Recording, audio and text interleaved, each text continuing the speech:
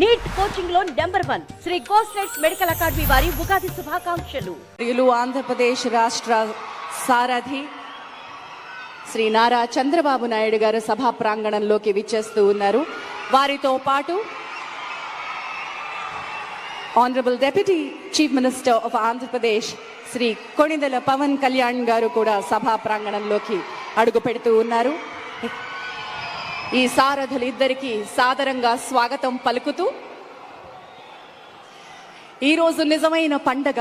ఆంధ్ర రాష్ట్రం ఒక కొత్త నాంది, కొత్త బాటకి పునాది వేస్తున్న ఈ కొత్త పండగకి సభా ప్రాంగణం నిండుగా ఉన్న ప్రజల్ని చూస్తే, నిండు చైతన్య సారథిలాగా వెలుగుతున్న మా నిండు చంద్రుని చూస్తే గుండె నిండుగా అనిపిస్తోంది. అసలైన పండగ వచ్చినట్టుగా అనిపిస్తోంది. మాన్య ముఖ్యమంత్రి వర్యులకి సభా ప్రాంగణంలోకి స్వాగతం పలుకుతూ వారిని ఆసీనులు కావాల్సిందిగా కోరుతున్నాం.